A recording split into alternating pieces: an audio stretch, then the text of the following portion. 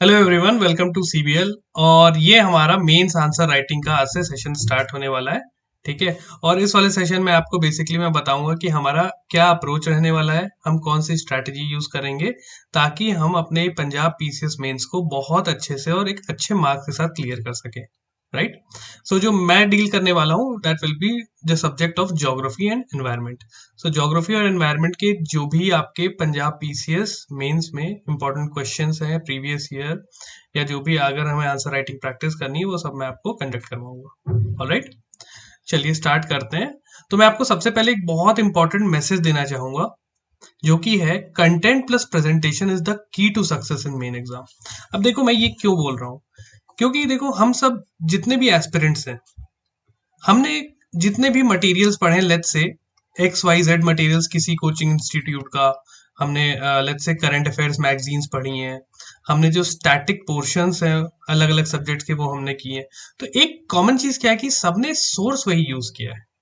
Alright, सबने source वही use किया है। अब ये सब चीजें आपके दिमाग में है, ठीक है, जो कि आपने प्रीलिम्स में आपको क्लियर करने में आपकी हेल्प की, जो भी आपको नॉलेज है। राइट। बट जब मेंस आता है, मेंस में कंटेंट तो हमारे पास, चलो ये सबका एक कॉमन एंगल हमने मान लिया, बट जो हमें दूसरों से अलग करेगा that would be the presentation. क्या जो आपके दिमाग में किसी पर्टिकुलर टॉपिक से रिलेटेड कंटेंट है और जो क्वेश्चन एग्जाम में पूछा हुआ है, तो क्या आप उस कंटेंट को उस क्वेश्चन के अकॉर्डिंग आंसर शीट पे प्रेजेंट कर सकते हो? अगर हाँ, अगर आप कर सकते हो तो आपको वो ऑब्वियस की बात है कि सिलेक्शन दिलवाएगा। बट मेरे दिमाग में बहुत सारी चीजें हैं, मुझे उस टॉपिक के बारे में बहुत सारा चीज पता है, बट मैं एग्जाम में उस चीज को एक पेन और पेपर से पे प्रेजेंट कर ही नहीं पा रहा हूँ। तो वो मुझे कहीं भी लेके नहीं जाने वाला, वो चीज, एटीट्यूड। ठीक है। और उसी चीज को हमें वो फेलियर में कन्वर्ट करवा देगा।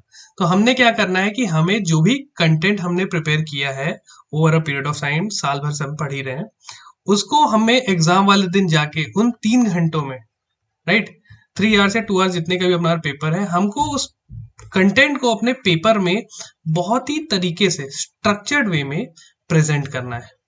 ऑलराइट, हमें प्रेजेंट कर तो ही हमें एग्जाम में मिल पाएंगे नंबर।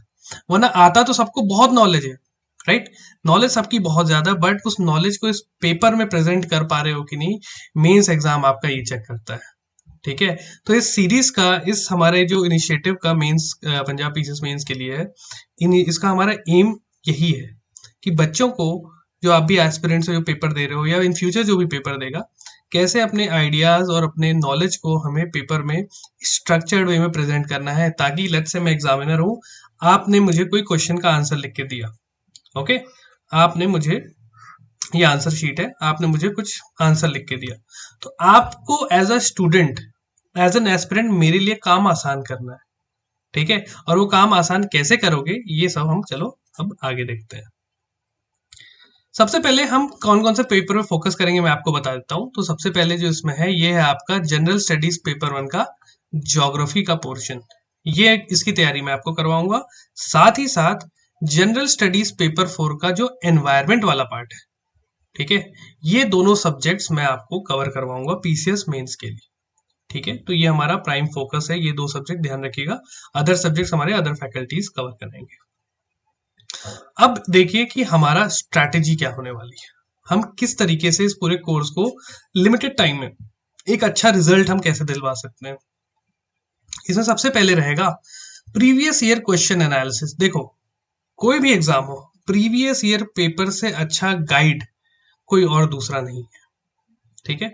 आप कितने भी मॉडल पेपर सॉल्व कर लो, आप कितने भी करंट अफेयर्स मैगजीन पढ़ लो, अगर आपने प्रीवियस ईयर पेपर्स को एनालाइज नहीं किया है, आपने उनको अगर सॉल्व नहीं किया है, तो एग्जाम में आप उस बच्चे से पीछे ही रहोगे जिसने प्रीवियस ईयर पेपर करके गया है। क्योंकि ऑब्वियस सी बात है, देखो कि जो प्रीवियस ईयर पेपर है ना, वो आपको बताते हैं कि भाई ये वाला पर्टिकुलर टॉपिक आपके एग्जाम में रिपीट हो रहा है।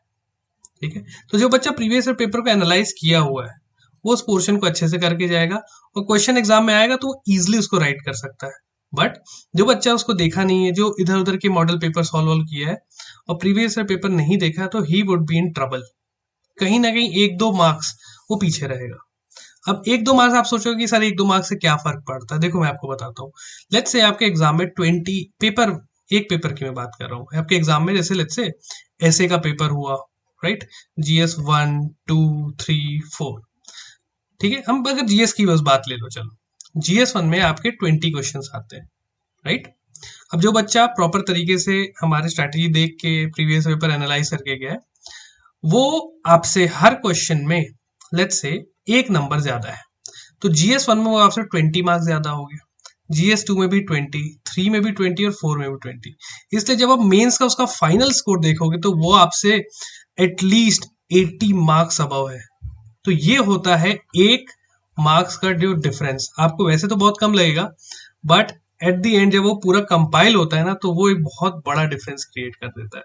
ठीक है, 80 मार्क्स में चलो बहुत ज्यादा ले लिया, 20 या 30 या 40 मार्क्स का डिफरेंस तो रहता ही रहता है, राइट। सो हमने ये चीजों को अवॉइड करनी, तो हमें सब पहला जो रहेगा हमारा स्ट्रैटेजी में, वो रहेगा हम प्रीवियस ईयर पेपर्स को बहुत अच्छे से एनालाइज करेंगे कि भाई ये जो क्वेश्चन आ रहे हैं, लेट्स से ज्योग्राफी पे ऑन एन एवरेज 7 क्वेश्चन आपके हर साल आते हैं, ठीक है। तो ये 7 क्वेश्चन किस किस थीम से रिलेट हो रहे हैं? क्या वो क्लाइमेट से ज्यादा क्वेश्चन पूछ रहे हैं? क्या वो फिजियोग्राफी से ज्यादा क्वेश्चन पूछे जा रहे हैं, राइट? क्या वो आपके ह्यूमन ज्योग्राफी पोर्शन है? तो ये सारी चीजें हम एनालाइज करेंगे ताकि आपके एक महीने के अंदर आपको ये आइडिया हो जाए कि हाँ यार, ज्योग्राफी में मुझे ये पर्टिकुलर पोर्शन तो बहुत अच्छे से करके जाना है, राइट। तो ये हमारा अप्रोच रहेगा। सेकेंड हमारा अप्रोच रहेगा, स्ट्रैटेजी रहेगी, वो रहेगी आंसर राइटिंग का अप्रोच कैसा होना चाहिए, ठीक है। एक तो हमने देखो, हमने अभी हम आंसर राइटिंग नहीं कर रहे हैं, अभी हमने अपनी तैयारी करनी है कि हम जब आंसर राइटिंग लिखते हैं तो उससे पहले मेरे पास क्या क्या चीजें होनी चाहिए, ठीक है।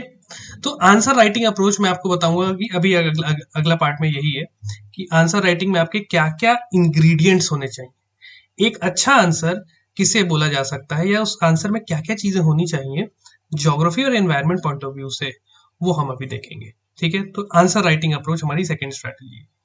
Third one is model questions for practice. ये तो चलो मैं एनालिसिस आपकी करवाऊंगा अच्छे से, मैं आपको बताऊंगा कि भाई आंसर कैसे लिखना है, क्या क्या आंसर्स के सब पॉइंट्स होने चाहिए। फिर मैं आपको एक मॉडल क्वेश्चन दूंगा उन सिमिलर लाइंस पे जो आपके एग्जाम में क्वेश्चन आते हैं, उसी लाइंस पे ये क्वेश्चन फ्रेम किए जाएंगे, जो कि आपको मैं कुछ सॉल्व करके भी दूंगा और करवाऊंगा, और ये भी रहेगा कि आप एक प्रैक्टिस भी करोगे, ताकि खुद से लिखने की एक वो होता है ना कि खुद से आप वो आंसर लिख पा रहे हो कि नहीं। नो डाउट पहले दिन आपको बहुत डिफिकल्टी होगी, यार मेरे से लिखता नहीं बन रहा है, या मैं बहुत गंदे आंसर लिख रहा हूँ, कोई बात नहीं, आज पहला दिन है। हमें ये लेट्स से 10 से 15 दिन या 20 दिन हम कर रहे हैं हर सब्जेक्ट के लिए, ठीक है। तो आप डेली जब ये करोगे तो आपके पास एक प्रैक्टिस, एक स्किल होनअप होगी, और वो हमें अभी तो परफॉर्म नहीं करना, ये तो आंसर अभी आपके वो नंबर दिलवाने नहीं है, सिलेक्शन करवाना नहीं है, आपका करवाएगा जो आपका मेंस का डेट आएगी उस दिन। तब तक आपने एटलीस्ट 500 क्वेश्चंस की प्रैक्टिस की होगी। तो आप जब अपना पहला आंसर और 500 आंसर देखोगे तो आपको रियलाइज होगा कि यस, मेरे एक स्टैंडर्ड में डिफरेंस आ चुका है, ठीक है। तो ये आपको एक प्रैक्टिस के लिए डेली मिलेगा। देन आपका रहेगा आंसर रिव्यू। मैंने लिख तो दिया, अब रिव्यू कौन करेगा? रिव्यू भी कर दिया, बट लेट्स से मैं आंसर राइटिंग ही कर रहा हूँ, मुझे बहुत सारे डाउट्स आ रहे हैं, तो उसके लिए हम लोग यहाँ बैठे हैं आपके आंसर्स को रिव्यू करने के लिए, आपके डाउट्स वगैरह क्वेरी जो है उसको सॉल्व आउट करने के लिए, ठीक है। सो इसलिए मैं आपको अपने यहाँ पे नंबर भी शेयर कर दे रहा हूँ, that is 9643443102, that is my personal contact number. So जो भी बच्चे पंजाब पीसीएस मेंस दे रहे हैं, तो उनके जो भी जेन्युइन डाउट है, आप मुझे इस नंबर पे व्हाट्सएप कर सकते हो, आप मुझे टेलीग्राम पे भी भेज सकते हो इस पे, और वहां पे मैं आपके डाउट्स वगैरह, लेट्स से रिक्वायर्ड हुआ कि कॉल पे बात करनी हो तो हम कॉल पे भी बात कर सकते हैं, ताकि आपके कोई भी मन में डाउट्स वगैरह ना रहे। हमें एक बहुत अच्छे तरीके से तैयारी करनी है, चीजों को प्रॉपर तरीके से स्ट्रक्चर्ड वे में तैयार करना है, ठीक है। सो ये हमारा स्ट्रैटेजी रहेगी। अब आगे बढ़ते हैं कि हमने एक आंसर में क्या क्या चीज इंपॉर्टेंट होनी चाहिए। ये मैं भी आपको क्यों बता रहा हूँ, जब हमारा कल से सेशन स्टार्ट होगा, जब हम आंसर राइटिंग करेंगे, तो मैं चाहता हूं कि ये 7 चीजें आप लोग दिमाग में बैठा लें कि मेरे आंसर में मैं ये चीजें डालूंगा, ठीक है। थोड़ा टाइम ज्यादा लग रहा है, but I will keep this 7 things in my answers, alright. तो सबसे पहले देखते हैं कि क्या क्या वो टिप्स हैं एक अच्छे आंसर के लिए। पहला है आपका, read the question very carefully. हमने ऐसा नहीं कि क्वेश्चन आया और देखा, हमने बस एक स्कैन मारा और हम आंसर लिखना चालू कर दिए, आप वहीं पे एग्जाम की रेस से बाहर हो जाओ। क्वेश्चन केयरफुली, सब लोग बोलते हैं कि केयरफुली पढ़ना चाहिए, तो उस केयरफुली में होता क्या है? केयरफुली में होता है कि भाई क्वेश्चन में क्या आपसे वो एक्सप्लेन करने के लिए पूछ रहा है, क्या आपसे वो उस आंसर में कमेंट करने के लिए बोल रहा है, या वो आपको आंसर में इलस्ट्रेट करने की बात कर रहा है कि इलस्ट्रेट विथ डायग्राम। ठीक है, आपने बोला, क्वेश्चन आ गया कि illustrate with proper diagram the occurrence of cyclone in India. आपने क्वेश्चन देखा साइक्लोन इंडिया, आपने लिखना चालू, आपने इलस्ट्रेट वर्ड देखा ही नहीं, आपने डायग्राम वर्ड मिस कर गया। तो जो क्वेश्चन की डिमांड है उसको आप एड्रेस नहीं करोगे तो नंबर आपको नहीं मिलेंगे, भले ही आपने कुछ भी भर दिया उसके अंदर। ठीक है, क्वेश्चन की जो डिमांड है आंसर वही करना है। क्वेश्चन में अगर पूछा है कि explain the characteristics of cyclone, ठीक है, और आपने पढ़ा अच्छा साइक्लोन, चलो भाई cyclone is this this this, cyclone यहाँ पे होता है, साइक्लोन ऐसे ऐसे चलता है, इससे ये डिस्ट्रक्शन होता है, आप ये लिख के आगे। क्वेश्चन क्या पूछा था? Explain the characteristics of cyclone. ठीक है, तो ये बोला जाता है कि क्वेश्चन को केयरफुली रीड करिए, मार्क आउट करिए कि क्या पूछा गया। ठीक है, next thing is connect. Connect with the syllabus और टॉपिक। आपसे क्वेश्चन आ गया लेट्स से कि पैसिफिक रिंग ऑफ फायर, आपके दिमाग में तुरंत आ जाना चाहिए कि यार ये देखो मेरा वोल्केनिज्म से रिलेटेड है, ये मेरा अर्थक्वेक से भी रिलेटेड है।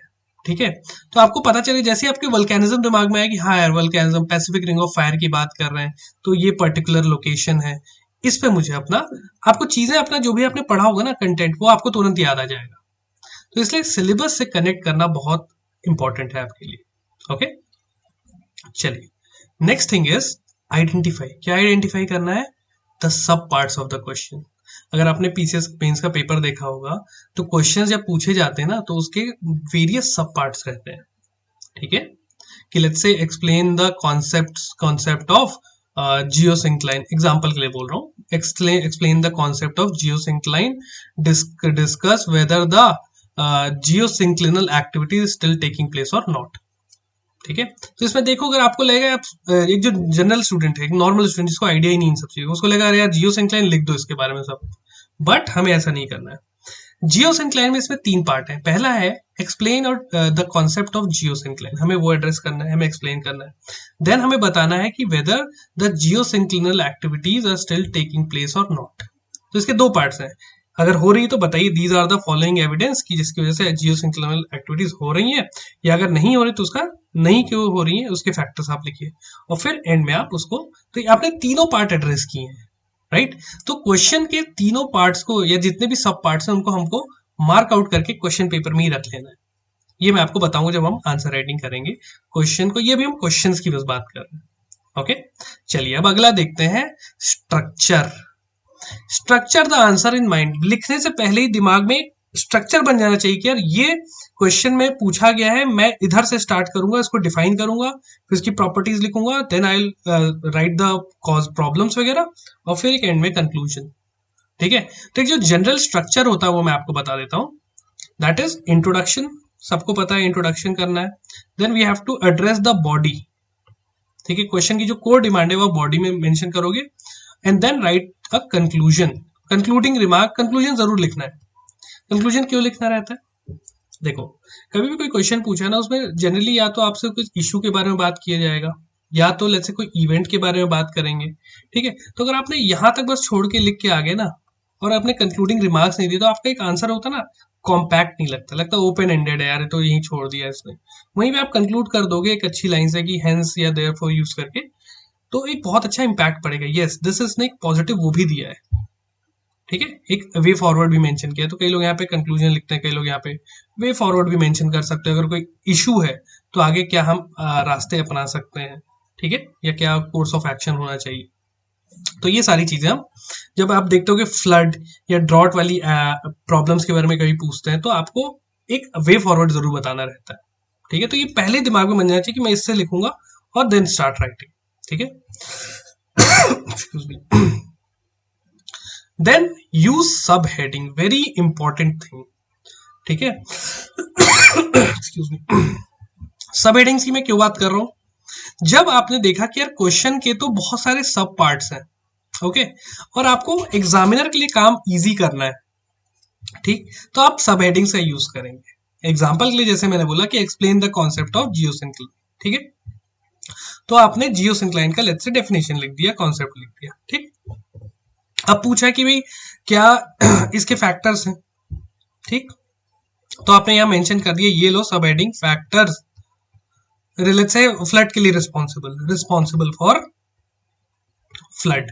आपने यहाँ पे 1 2 3 4 फैक्टर्स लिख दिए, ठीक है। देन लेट्स से उसमें पूछा है कि कॉन्सिक्वेंसेस क्या होते हैं, सो इसी के बाद आपने लिख दिया कॉन्सिक्वेंसेस ऑफ फ्लड, उसके आपने फिर 4 5 पॉइंट लिख दिए। तो आपने, मैं लेट्स से एग्जामिनर हूं तो मैंने देखा अरे वाह इसने तो फैक्टर्स भी मेंशन किए, इसने कॉन्सिक्वेंसेस भी मेंशन किए, तो मेरा काम आसान हो गया। मैं आपको यहाँ पे जो बंदे ने ऐसे सब हेडिंग्स नहीं डाले होंगे, जो बस पैराग्राफ में लिखते चले गया होगा, उससे मैं आपको यहाँ पे 1 नंबर एक्स्ट्रा दूंगा, और यही करना है आपको। जितने सब पार्ट उतनी सब हेडिंग्स हमें एड्रेस करना है, ऑलराइट। सो यूज सब हेडिंग्स टू एड्रेस ईच सब पार्ट, ऑलराइट। अभी हम आंसर में आ रहे हैं। नेक्स्ट है आपका current, current development, current example, case studies या कोई कमिटीज की रिपोर्ट जो आपने करंट में पढ़ी है इस पर्टिकुलर टॉपिक से, वो आपको मेंशन करना ही करना है, and you have to underline that thing. आपको एग्जामिनर को बताना है कि सी इस पर्टिकुलर इशू, या लेट्स से अब जैसे अर्थक्वेक पे बात आ गई, अगर आपने वहां मेंशन कर दिया कि recently there was a huge earthquake in near Amritsar, जिसके जो ट्रेमर्स थे वो दिल्ली तक फील किए गए, ठीक है, एक बहुत ही रिसेंट एग्जांपल है। या लेट्स से वोल्केनिज्म का, ठीक है, तो आपने वोल्केनिज्म का क्वेश्चन है, आपने मेंशन कर दिया कि recently mount Merapi of Indonesia is erupted which has led to huge destruction. तो एग्जामिनर को लगेगा yes this student is well connected with the current affairs, ठीक है। या लेट्स से वेस्टर्न घाट्स के कंजर्वेशन के ऊपर कोई बात चल रही, तो आपने वहां पे अगर गटकिल कमेटी का नाम मेंशन कर दिया है, so you will have that brownie point advantage, ठीक है। बाकी लोग नहीं किए होंगे या करे भी होंगे तो बहुत ही लिमिटेड। आपको अपने आंसर को दूसरों से यूनिक बनाना है, तभी आपको एक अच्छे नंबर मिलेंगे, ऑलराइट। सो ये करंट एंगल हमें अपने आंसर में पुट अप करना है। वो आपसे नहीं भी पूछ रहा है तो आपको एक दिखाना है एग्जामिनर को, yes I am aware of the current happenings. जैसे कॉन्टिनेंटल ड्रिफ्ट थ्योरी की अगर बात की जाए, क्वेश्चन आ गया कि क्या है, आप बताइए कि रिसेंटली अभी जीलैंडिया कॉन्टिनेंट फाइंड किया गया है, आपका ग्रेटर एड्रिया कॉन्टिनेंट मिला है यूरोप के नीचे, तो these are the evidences which are showing that continental drift theory may have occurred, alright. So ऐसे एग्जांपल्स हमें अपनी तरफ से पुट अप करने हैं। नेक्स्ट इज मैप्स, ज्योग्राफी या एनवायरमेंट या फिर अदर जो भी सब्जेक्ट है, ठीक है, सब्जेक्ट्स के अकॉर्डिंग आपको वहां पे आइदर मैप्स, डायग्राम या फ्लो चार्ट तो ऐड करना ही करना है। लेट्स से ज्योग्राफी का क्वेश्चन है, मैंने आपसे पूछ लिया कि भाई why there is a more cyclones on the eastern side of the India, eastern coast of India as compare to the western coast. यहाँ पे आपका इंडिया का ये वाला पोर्शन बन जाना चाहिए भाई, ठीक है, कि हमने इतना पोर्शन बना दिया, ये ईस्ट कोस्ट है, ये आपका वेस्ट कोस्ट है, यहाँ पे ये बन गया। आप बता सकते हो कि भाई साइक्लोन यहाँ पे क्यों होते हैं, रीजन बता दो, साइक्लोन का मूवमेंट दिखा दिया आपने, राइट। तो ऐसी चीजें अपने आप दिमाग में आनी चाहिए, ठीक। ये तो चलो ज्योग्राफी की बात की गई। रिलेट से कि आपसे क्वेश्चन पूछ गया अदर किसी एग्जाम का या फिर अदर किसी सब्जेक्ट का कि भाई what are the factors which are causing this kind of cyclonic activities, तो आप लिख रहे हो कि फैक्टर्स कॉजिंग साइक्लोनिक एक्टिविटीज, ऐसे पैराग्राफ में भर रहे हो, बेटर है मेक अ डायग्राम, फैक्टर्स लिखो, round it up 1 2 3 4 depending upon जितने आपको फैक्टर्स याद है, ठीक है, आप ऐसा कर सकते हो। लेट्स से आपसे पूछ लिया क्वेश्चन पे कि व्हाट आर द पिलर्स और let's say the NDMA guidelines, तो आप बहुत ही यूनिक तरीके से इसमें चीजें कर सकते हो।